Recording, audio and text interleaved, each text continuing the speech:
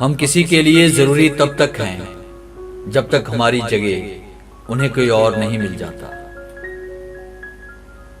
ہمارے معاشرے کا المیہ یہ ہے کہ یہاں کتابیں لکھنے والوں سے زیادہ تعویذ لکھنے والا کماتا ہے۔ توبہ کا آنسو بھی کمال کا آنسو ہے، گرتا بہر ہے اور صفائی اندر کی کر دیتا ہے۔ انتظار اگر طویل ہو تو چلتا ہے، پر انتظار اگر یک طرفہ ہو تو بہت تکلیف دیتا ہے۔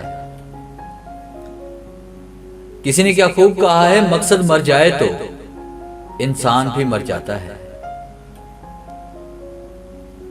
اپنی ذات میں ایک ایسا انسان ڈھونڈو جسے صرف اپنے لیے ہی نہیں دوسروں کے لیے بھی جینا آتا ہو۔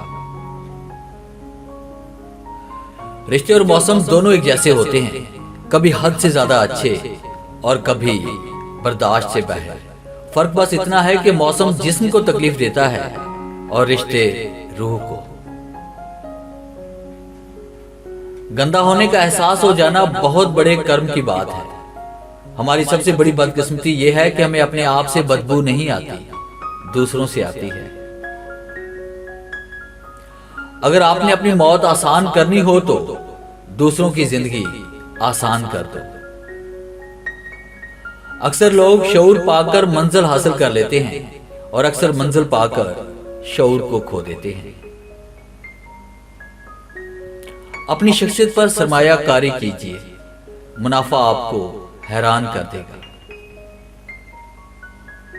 جتنے ندامت اور عاجزی کے آنسو بہیں گے اتنی ہی ہدایات کے چراغ جلتے جائیں گے اور راہ حق روشن ہوتی جائے گی۔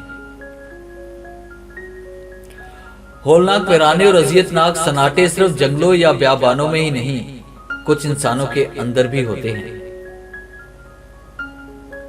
محبت کے وعدوں سے افضل طوائف کی باتیں ہوتی ہیں جن میں کوئی منافقت نہیں ہوتی۔ خوشی ایسے میسر نہیں آتی کہ کسی فقیر کو 2-4 آنے دے دیے۔ خوشی تب ملتی ہے جب آپ اپنی خوشیوں کے وقت میں وقت نکال کر انہیں دیتے ہیں جو دکھی ہوتے ہیں۔ ضرورتیں جتنی بڑھتی جائیں گی سکون اتنا ہی کم ہوتا جائے گا۔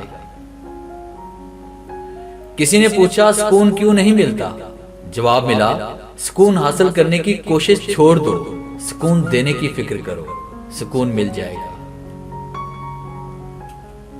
برتن اور ظرف چھوٹا ہو تو زیادہ چیزیں سنبھال نہیں سکتا، چھلک جاتا ہے، چاہے علم ہو، دولت ہو، تقوی ہو، شہرت ہو یا عزت ہو۔ موت انسان کے جسم کو آتی ہے، کردار کو نہیں، اس لیے اپنے کردار کو بہتر بناؤ تاکہ مرنے کے بعد بھی یاد رہو۔ دنیا ایک امتحان گاہ ہے، تو امتحان گاہ میں بندہ اپنا پرچہ حل کرنے آتا ہے، نہ کہ دوسروں کا پرچہ حل کروانے۔